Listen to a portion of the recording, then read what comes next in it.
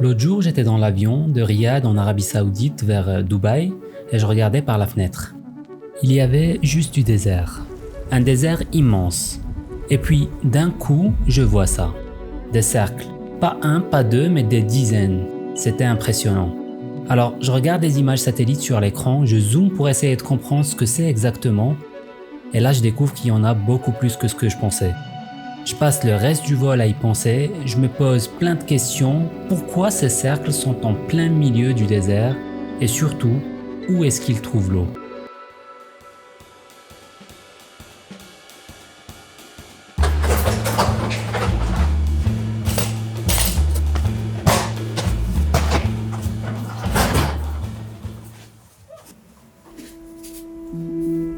Alors, par où commencer? Déjà, les fermes en cercle que je voyais, ce sont des champs d'irrigation circulaires. C'est un système ingénieux. Tu as un bras mécanique qui tourne autour d'un point central pour arroser tout ça. Et ça ressemble à ça. Ok, voyons si je peux trouver d'autres fermes. Il paraît qu'il y en a un peu partout dans le royaume.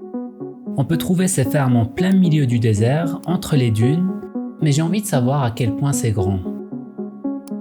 Voyons quelle est la superficie de ce bloc-là. Ok, 1000 km². Je suis curieux de savoir comment ça se compare avec Paris. 105 km². C'est donc 10 fois plus grand que Paris. Waouh, c'est fou. Et c'est juste ce bloc-là. Il y en a plein partout dans le pays. Maintenant, je me demande si je peux revenir en arrière dans le temps. Regarde ce terrain en 1984 et regarde comment il se transforme en quelques années seulement.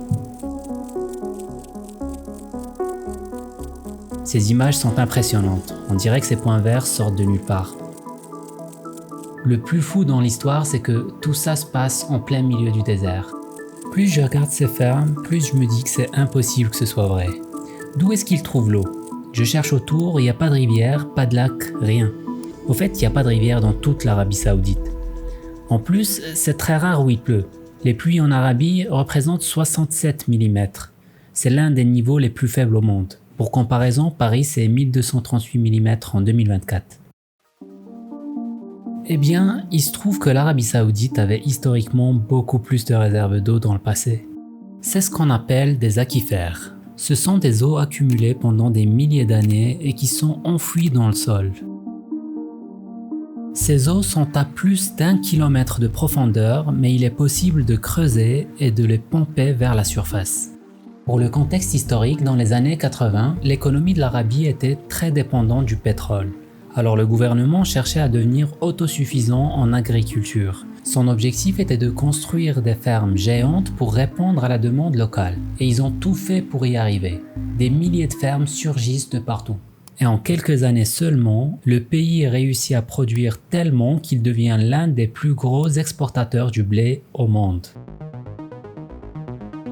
Mais il y a un truc qui a attiré mon attention. Pendant des années, ces fermes se développaient l'une après l'autre jusqu'à ce que, soudain, elles devenaient marron. On peut voir qu'il y a encore beaucoup de fermes actives, mais que chaque année, il y en a de moins en moins. Un rapport de la NASA explique que ces terrains sont volontairement laissés sans culture. Il paraît que l'Arabie Saoudite a changé de plan, alors j'ai besoin de savoir quand est-ce qu'il y a eu ce changement et pourquoi. Alors j'ai utilisé la base de données des Nations Unies sur l'agriculture.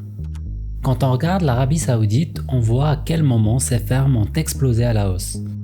On voit aussi exactement à quel moment la croissance s'est arrêtée. J'ai donc creusé pour savoir pourquoi et j'ai trouvé ça. C'est un événement qui a tout changé. En 1992, après une conférence des Nations Unies où des représentants de plusieurs pays discutent l'impact sur l'environnement, l'Arabie Saoudite s'est rendu compte que l'exploitation des eaux souterraines n'était pas soutenable. Il fallait trouver d'autres solutions. Au fait, les réserves d'eau souterraines étaient énormes, l'une des plus grandes au monde, estimée à 500 milliards de mètres cubes. C'est suffisant pour remplir le lac Léman 5 fois. Mais le problème, c'est qu'après 20 ans d'exploitation, et même avec cette réserve gigantesque, au bout d'un moment, l'eau commençait à s'épuiser. Et donc l'Arabie Saoudite devait trouver un autre moyen pour répondre à ses besoins en agriculture. Alors, ils ont adopté un autre modèle, qui est d'acheter ou louer des terrains dans d'autres pays. Donc, ces fermes qui devenaient marrons ne voulaient pas dire que l'Arabie Saoudite abandonne son plan, mais plutôt qu'il change de stratégie. En 2007, il y a eu une hausse importante du prix de l'alimentation dans le monde. Alors l'Arabie Saoudite lance une initiative pour investir à l'étranger. Le plan, c'était d'encourager l'achat des fermes à l'étranger, les exploiter, puis ramener les produits en Arabie Saoudite. Et pour y arriver, ils vont subventionner à tous les niveaux: l'irrigation, l'achat des graines et les machines pour ces fermes. Et comme ça, l'Arabie Saoudite a acheté au moins des dizaines de terres dans plusieurs pays. Aujourd'hui, ces cercles en plein milieu du désert racontent l'histoire d'un pays qui a su transformer des défis en solutions ingénieuses. En observant depuis l'avion, je voyais juste des cercles verts, mais en réalité, j'observais un morceau d'histoire fascinante. L'histoire d'une nation qui apprend, s'adapte et innove constamment pour assurer son avenir. Alors oui, l'eau est rare et précieuse dans le désert, mais ce que je retiens surtout, c'est cette capacité à changer de stratégie quand c'est nécessaire.